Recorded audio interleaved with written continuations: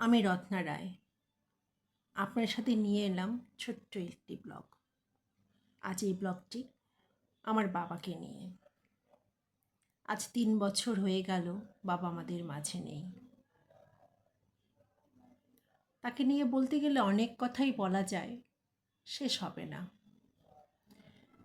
কিন্তু তিনি আমাদের মাঝে সারা জীবন থেকে যাবে। তিনি তার চাকুরি জীবনে অবসরের সময় একটি কবিতা লিখে গেছিলেন। আমি সেই কবিতাটি আজকে আপনাদের সাথে একটু শেয়ার করতে চাই এবং সাথে তার কিছু ছবি আপনাদেরকে দেখাবো। মনটা খুবই ভারাক্রান্ত, বাবা নেই আমাদের মাঝে, শুধু রয়ে গেছে তার স্মৃতিটুকু। তার লেখা কবিতার নাম হচ্ছে অবসর।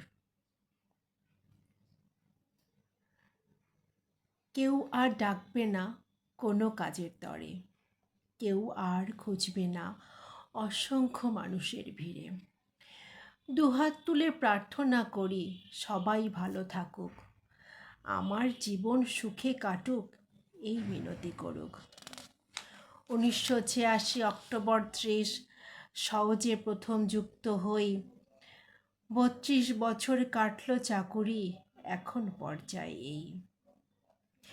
2018 ডিসেম্বর করি আমার চাকুরি গেল ফুরি। কেটেছে সময় প্রীতিময়, হয়নি কো জড়াজড়ি। সবার সাথে মিলেমিশে ছিনু, করি নাই কাউকে হেলা। অফিসার থেকে পিয়ন চকিদার, কাউকে দেইনি কোনো জ্বালা। মাথা থেকে নামলো বোঝা, হলাম হালকা আজ। বাকি জীবন কাটে যেন সবার করব কাজ। পাড়া পড়শি স্ত্রী পুত্র দিক নাকো কোনো ব্যথা, বুড়ো বলে গালি দিলে মনটা হবে বাঁকা। সবাই অবসরে যাবে, দুনিয়ার এই তো রীতি। কেউ আজ আর কাল এই তো মাতামাতি।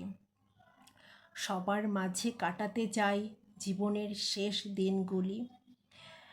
তবেই জীবন ধন্য হবে, ঈশ্বরের দুয়ার যাবে খুলি। মন প্রাণ শরীর বুদ্ধি রোগের আকর ভাই, সেসব যেন রুখতে পারি এই তো শক্তি চাই।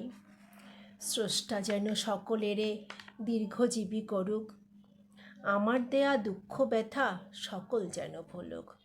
কামনা করি এই অধিদপ্তর উত্তরোত্তর হোক সমৃদ্ধিময়, সবার শান্তি রক্ষিত হোক, দেশ ও গণের হোক জয়। এইটুকু শুধু চাই অন্তরে, তাহাই যেন পাই, গেলাম আমি অবসর ছাড়।